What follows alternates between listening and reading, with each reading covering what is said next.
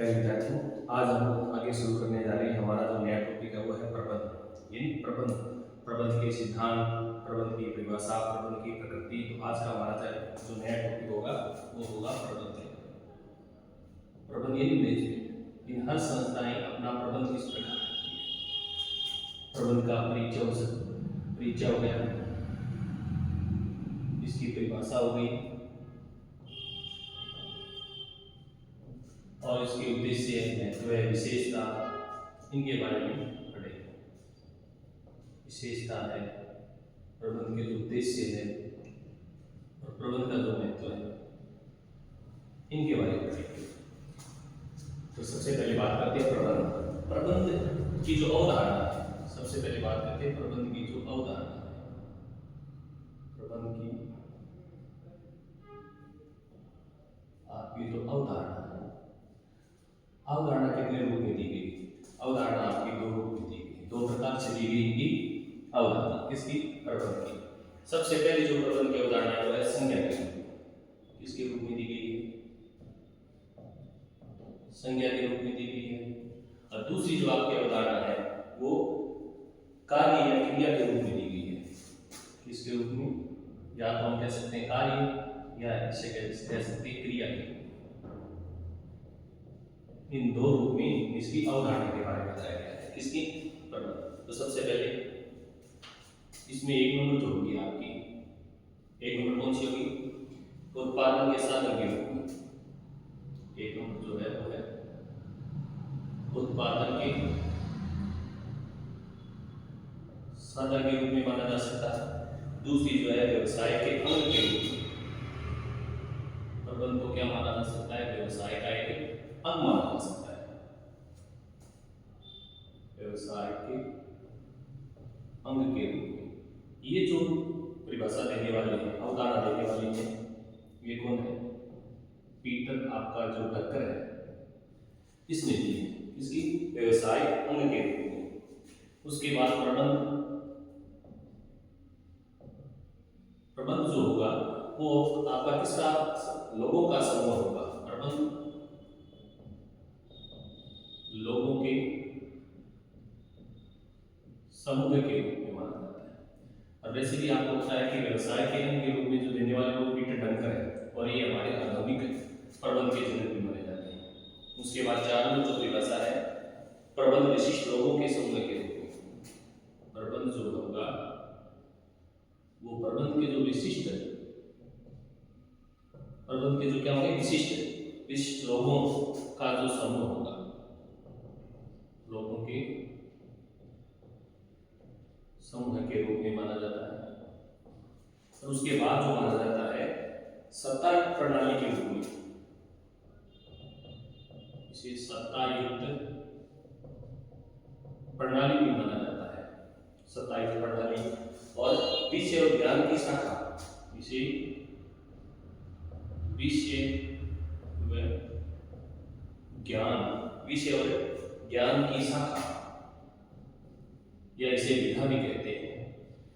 तो प्रबंध को वर्तमान में विषय के रूप में या ज्ञान की शाखा के रूप में भी जाना जाता है, और जीवनवृत्ति या पेशे के रूप में,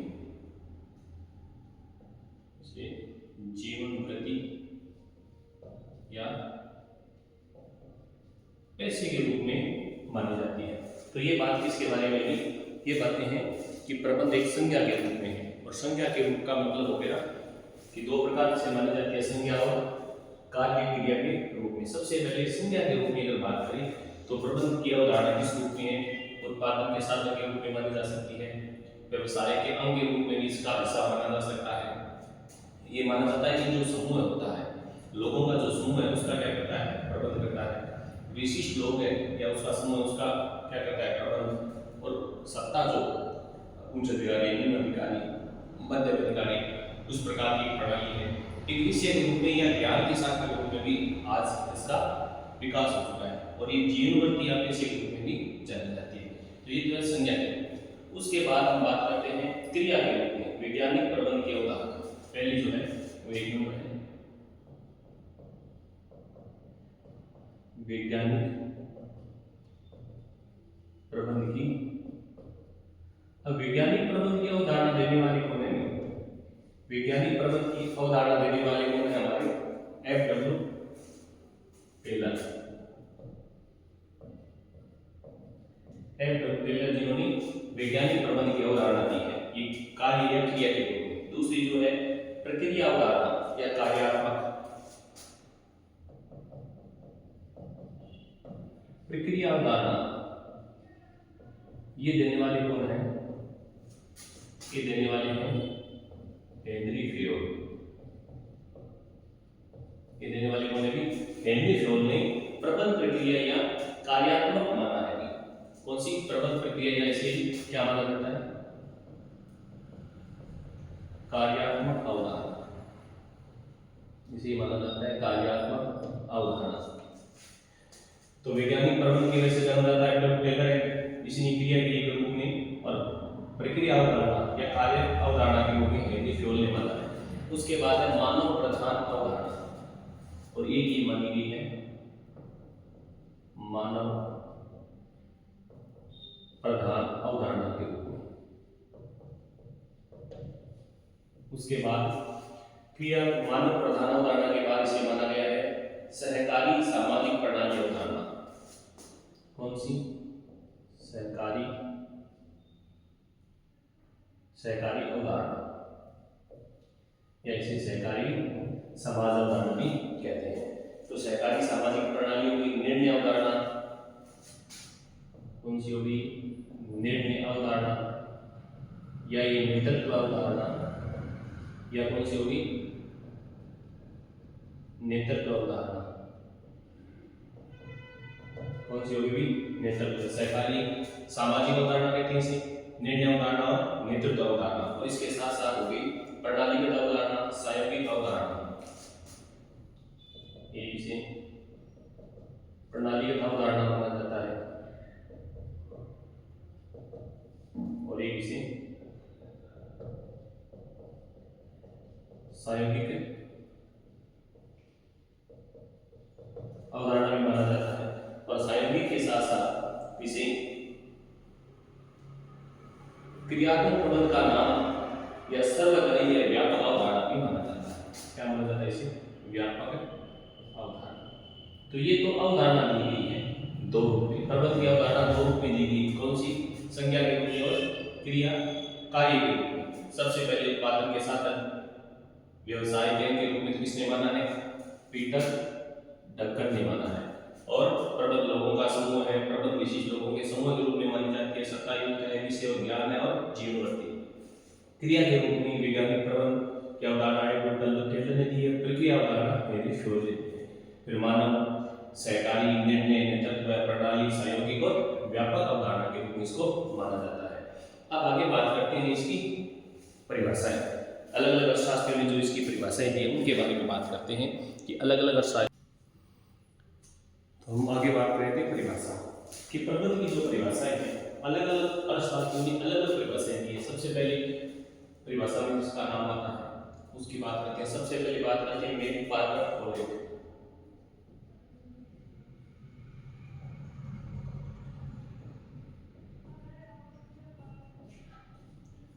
अब मेरी पार्कर फोलेट ने प्रबंध के बारे में क्या कहा कि प्रबंध दूसरों से कार्य करवाने की कला है। कि प्रबंध दूसरों से कार्य करवाने की कला। ये तो माना है किसने? फोलेट ने, कि प्रबंध दूसरों से कार्य करवाने की कला है। उसके बाद एक हमारा जो अर्थशास्त्री है वो है लॉरेंस एपले। कौन हो गया? लॉरेंस एपले ने क्या माना है? लॉरेंस एपले ने माना है कि अन्य व्यक्तियों के प्रयासों की अन्य व्यक्तियों के प्रयासों का परिणाम प्राप्त करना ही प्रबंध है। प्रयासों से क्या प्राप्त करना? परिणाम। क्या प्राप्त करना? परिणाम प्राप्त करना ही क्या है? प्रबंध से परिणाम प्राप्त करना ही क्या माना है। तो मेरी पार्टी में फॉलेट ने माना है कि दूसरे लोगों से कार्य करवाने की जो कला होती है वो प्रबंध है। एवले ने माना है कि व्यक्तियों के जो प्रयास है उसका जो रिजल्ट आपको मिल जाए वो क्या है, प्रबंध है। इसके बाद एक अर्थशास्त्री है हेराल्ड कुंटज।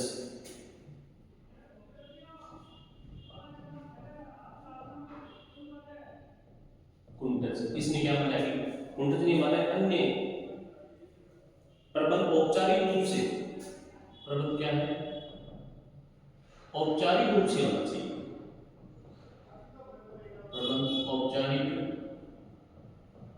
प्रबंध औपचारिक रूप से संघ समूह के द्वारा, औपचारिक रूप से संघित, आपका जो संघित क्या है समूह है उनसे कार्य करवाना। ये बात मानी किसने, कुंटज ने। कुंटज के बाद प्रोफेसर कलन जो है इसने क्या माना, इसने माना है प्रबंध निर्णय, प्रबंध जो है वो निर्णय करने तथा संस्था का जो नेतृत्व है, नेतृत्व करने की कला और विज्ञान है। नेतृत्व करने की कला में विज्ञान।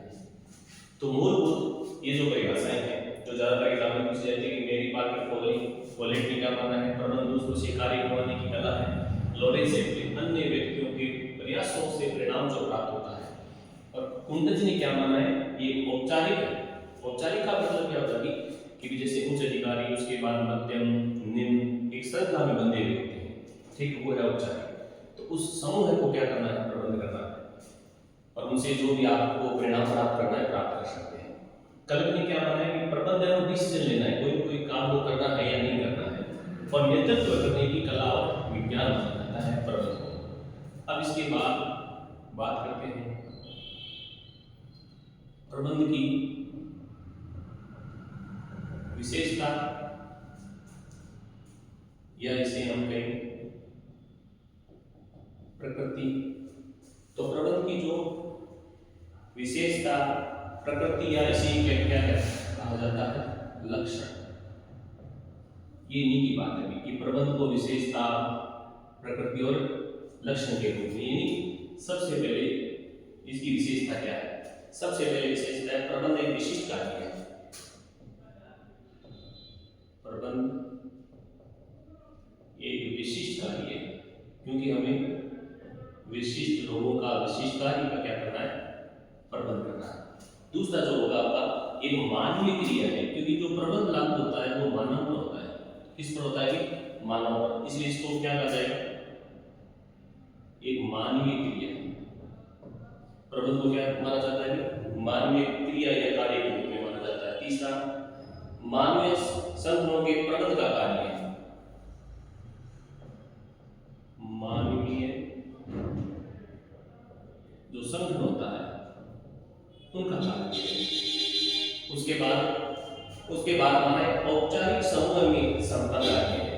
ये किसमें संपन्न होता है, औपचारिक। औपचारिक का मतलब जो औपचारिक नियमों से बंधे हुए होते हैं, औपचारिक संगठनों का कार्य है। यानी जो औपचारिक समूह में नहीं बंधे होते उन पर हम लागू नहीं कर सकते। जैसे अगर आप कहीं पर काम करें तो आपके ऊपर कोई भी डायरेक्टर होगा या कोई प्रबंधक होगा, उसके अधीन अन्य कर्मचारी, उससे अन्य कर्मचारी, जो आदेश का आदान प्रदान होता है। तो इसलिए औपचारिक संबंधों में बंधे नहीं होंगे। तब जैसे एक भीड़ है बाजार में, उस भीड़ जो है वो औपचारिक रूप से बंधी भी नहीं होती, आप उसको प्रबंध नहीं कर सकते, उसका मैनेज नहीं कर सकते। लेकिन एक विद्यालय में, एक कंपनी में, ठीक, इन संस्थाओं में सभी कर्मचारी एक औपचारिक संबंधों में बंधे हुए होते हैं, उनको संचालित करना सरल होता है। और उसके बाद बात करते हैं औपचारिक के बाद अन्य व्यक्तियों से कार्य करवाने की कला है। ये तो बात यहीं भी समझी हमने कि अन्य व्यक्तियों से हम क्या करवा सकते हैं, अन्य व्यक्ति से कार्य करवाने की जो कला होती है वही प्रबंध माना जाता है कि आप अन्य लोगों से किसी प्रकार व्यवस्थित करके उनसे कार्य करवा सकते हो। उद्देश्यपूर्ण क्रिया, बिना उद्देश्य किसी भी चीज का प्रबंध नहीं हो सकता। अब आप क्यों पढ़ रहे हैं कि आपके सामने कोई उद्देश्य है, इसलिए आप हर प्रकार की स्थिति करेंगे, इसलिए उद्देश्य पूर्ण क्रिया है। और उद्देश्य पूर्ण के बाद बात करेंगे सृजनात्मक क्रिया। सृजनात्मक का मतलब होता है कुछ न कुछ नया करना। ये एक सृजनात्मक कार्य भी माना जाता है। कौन सा कार्य? सृजनात्मक कार्य। ये बात किसने मानी है? ये मानी है डक्कर ने। ये बात डक्कर ने मानी है कि प्रबंध जो है वो सृजनात्मक कार्य है। सृजनात्मक का मतलब आपके पास जो संसाधन है उसका दक्षतापूर्ण उपयोग करना, सही उपयोग करना, क्या है? सृजनात्मक कार्य। उसके बाद सामान्य सिद्धांत प्रबंध को क्या माना जाता है? सामान्य सिद्धांत भी माना जाता है। प्रबंध को सामान्य सिद्धांत के रूप में जाना जाता है। सिद्धांत के बाद बात करें प्रबंध क्या है? अदृश्य शक्ति है। क्या एक अमूर्त शक्ति है। अमूर्त का मतलब क्या होता है? अमूर्त का मतलब जो हमें दिखाई नहीं देती है, यानी प्रबंध जो संस्था में किया जाता है उसका प्रभाव भी दिखाई देता है। अगर संस्था में अच्छे परिणाम प्राप्त हो रहे हैं, संस्था को अच्छा लाभ प्राप्त हो रहा है, तो मतलब उसमें अदृश्य शक्ति विद्यमान है। अगर संस्था को हानि हो रही है, इसका मतलब उसमें प्रबंध विद्यमान नहीं है, इसलिए उसकी एक शक्ति होती है जो विद्यमान होती है। उसके बाद 10 नंबर अमूर्त के बाद बात करते हैं कि सभी स्तरों पर व्याप्त होता है, यानी सर्वव्यापी होता है। सर्वव्यापी, सभी जगह विद्यमान होता है। सार्वभौमिक भी कह सकते हैं इसे, सर्वव्यापी या सार्वभौमिक। सार्वभौमिक क्रिया यानी चाहिए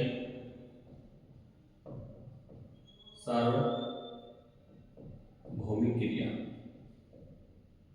सार्वभौमिक क्रिया का मतलब सभी स्तरों पर विद्यमान होती है, चाहे व्यापारिक संस्था हो, गैर व्यापारिक हो, लाभ कमाने के उद्देश्य से हो या नहीं हो, सभी में क्या किया जाता है? प्रबंध किया जाता है। तो ये सार्वभौमिक क्रिया मानी जाती है। उसके बाद बात करें तो आगे होगा इसमें प्रबंध एक प्रक्रिया है, पदानुक्रम होती है। पदानुक्रम, पदानुक्रम का मतलब जैसे सबसे पहले कौन सा? उच्च प्रबंध, उसके बाद मध्यम, उसके बाद जैसे निम्न प्रबंध, इनमें लागू होती है। तो पदानुक्रम होता है इसमें। तो ये तो बात है इसकी। और एक चुनौतीपूर्ण कार्य भी है, चुनौतीपूर्ण में से भी, और एक समन्वय भी किया जाता है, समन्वय माना जाता है। और एक आपका चुनौतीपूर्ण है। कौन सा कार्य? चुनौतीपूर्ण माना जाता है। अब चुनौती क्यों मानी जाती है?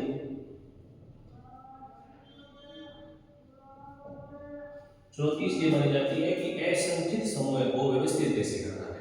जो एक समूह है जो असंगठित है उसको समूह करने प्रबंध के द्वारा उसको क्या किया जाएगा? संतुलित किया जाएगा। तो ये काम भी क्या है? जैसे एक भीड़ है उसको संतुलित कैसे करना है, तो ये काम हमारे लिए क्या है? चुनौतीपूर्ण कार्य माना जाता है। ये तो इसकी विशेषता। अब विशेषता के बाद कुछ एक पॉइंट और इसमें प्रबंध कार्य संस्था के अंदर और बाहर के वातावरण में होता है। प्रबंध जो होता है वो संस्था के आंतरिक और बाह्य वातावरण में होता है। अब प्रबंध जो संस्था के आंतरिक और बाह्य वातावरण को भी प्रभावित करता है, वातावरण को प्रभावित करता है। जैसे आंतरिक में कौन आ गया? आंतरिक में जैसे कंपनी का मालिक आ गया, स्वामी हो गया या कर्मचारी, ये तो है आंतरिक, इनको प्रभावित करता है। कौन सा? प्रबंध संस्था का आंतरिक जो प्रबंध है। और बाह्य जो है, बाह्य वातावरण में जैसे आर्थिक वातावरण है, सामाजिक है, राजनीतिक है, कानूनी है। ये जो बाह्य वातावरण है इनको भी ये प्रभावित करता है, इनसे प्रभावित भी होता है। और तकनीकी, जैसे तकनीक रह गए, तकनीक किसी का नया आविष्कार, नई तकनीक बाजार में आ जाए, तो ये तो सब बात इसके भी प्रबंध की विशेषता की। उसके बाद आगे और भी बात करें तो प्रबंध निर्णय नेतृत्व विद्या। प्रबंध क्या होगा? एक निर्णय कार्य है। प्रबंध में क्या होता है? नेतृत्व भी होता है, नेतृत्व विद्यमान होता है। प्रबंध जो होता है को समन्वय का सार माना जाता है। एक मुद्दे निवार गई है, प्रबंध समन्वय का सार भी माना जाता है। उसके बाद प्रबंध कला और विज्ञान है, प्रबंध कला और विज्ञान भी माना जाता है, लेकिन विशुद्ध विज्ञान नहीं मानी जाती, कला और विज्ञान मानी जाती है। इसके अलावा प्रबंध पैसा है, प्रबंध को पैसे के रूप में भी माना जाता है। प्रबंध एक पैसा, प्रबंध को पैसे के रूप में भी जाना जाता है। और यदृश्य शक्ति हमने बात करी, यदृश्य शक्ति किसने कहा भी प्यारी नहीं माना यदृश्य शक्ति। और उसके बाद प्रबंध कला विज्ञान, बस ये बात होगी। तो सबसे पहले ये विशेषताएं कौन सी, प्रबंध एक विशिष्ट कार्य पर प्रबंध किया जाता है, प्रबंध एक मानवीय क्रिया है। और उसके बाद प्रबंध औपचारिक संगठन में जो काम करने वाले उनको लागू होता, अन्य व्यक्तियों से कार्य करवाने की कला होगी, उद्देश्यपूर्ण है, कोई उद्देश्य होगा उसके लिए करेंगे। सृजनात्मकता, उस नया कार्य करना ये किसने माना है, ढंग करने, जो आधुनिक प्रबंध का जन्मदाता है। सामान्य सिद्धांत माना जाता है, अमूर्त शक्ति है, सर्वव्यापी है, सार्वभौमिक है, पदानुक्रम पर भी सब पर लागू होगा, समन्वय होना चाहिए, चुनौतीपूर्ण कार्य है।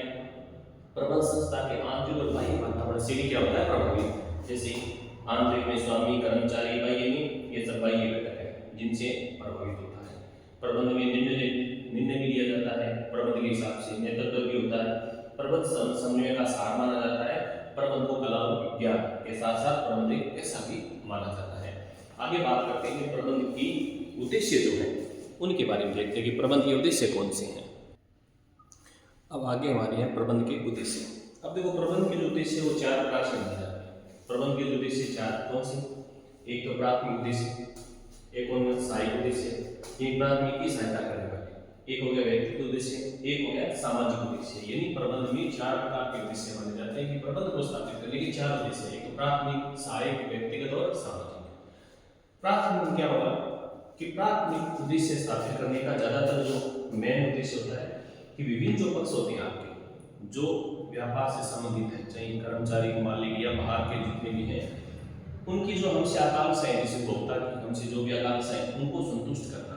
कि कंपनी जो भी प्रबंध बनाती है, जो भी प्रोडक्ट है, जैसे मान लीजिए मैं आपको बता रहा हूँ तो आपकी जो आकांक्षा है अगर मैं उनको पूरा कर पाता हूँ तो इसका मतलब मेरा प्राथमिक उद्देश्य पूरा होगा। तो इसलिए जो भी व्यापारी है अपने उपभोक्ताओं की जो उम्मीद है और अगर उनको संतुष्ट कर जाए, जैसे उसमें पहली है उचित लागत पर उत्पाद और सेवाओं का उत्पादन करना, यानी सही मूल्य पर, सही लागत पर वस्तु का और सेवाओं का उत्पादन करना और उचित मूल्य पर ही उनका वितरण करना, सही प्राइस पर उनका वितरण करना और उपभोक्ता को क्या करना, संतुष्ट करना। और आगे सभी जो संसाधन है उसको उचित पारिश्रमिक देना, उनसे जो जुड़े हुए हैं उनको समय समय पर जितना कार्य के जैसे कर्मचारी उनको आवश्यकता अनुसार या जितनी कार्य अनुसार उनकी मजदूरी उसका भुगतान करना, उसके बाद उचित मात्रा में लाभ अर्जन करना और खुद भी कुछ लाभ कमाना। ये बात कौन से प्राथमिक उद्देश्य है, कौन कौन सा, कि इनसे जो भी प्रबंधक जुड़े हुए उनको संतुष्ट करना, लागत उचित लागत पर वस्तु का उत्पादन, सेवा का उत्पादन उसी मूल्य पर और वितरण करना और साथ में उपभोक्ता को क्या देना, संतुष्टि, और सभी जो संसाधन उनको पारिश्रमिक देना और संस्था खुद भी निश्चित मात्रा में कुछ निश्चित मात्रा में लाभ भी अर्जित करेगी। सहायक, ये जो प्रमुख उद्देश्य इनकी सहायता करने के लिए लागू होते हैं और ये ज्यादातर संस्था की आंतरिक प्रणाली जो है उस पर लागू होते हैं। जैसे संसाधनों की गुणवत्ता उत्पादन करना, संसाधन जो है गुणवत्ता उत्पन्न जो भी संसाधन हम यूज कर रहे हैं, यथाचित का मतलब यथा समय और स्थान पर उपलब्ध हो, जिस समय हमें आवश्यकता हो, जिस स्थान पर हमें आवश्यकता हो उस स्थान पर उपलब्ध करवाने का काम इसका होता है। कि किसी भी वस्तु की, जैसे उपभोक्ता को कोई वस्तु आज इस समय इस स्थान पर उपलब्ध होनी चाहिए, उस स्थान पर उपलब्ध करवाने का काम। और उपभोग में भी सामंजस्य उत्पादन करना, सामंजस्य का मतलब समन्वय स्थापित करना। हो सकता है कि उत्पादन कम हो और मांगने वाले ज्यादा हो तो उसमें आपस में सामंजस्य स्थापित करना। और व्यक्तिगत उद्देश्य, एक व्यक्ति है उसके भी जो उद्देश्य इसके दिए गए हैं कि व्यक्ति की मानवीय जो संसाधन होता है जिसमें कर्मचारी है, ठीक है, व्यक्तिगत उद्देश्य में ज्यादातर कर्मचारी काम करने वाले या प्रबंधक है, उनकी जो आवश्यकता है उनको भी संतुष्ट करना।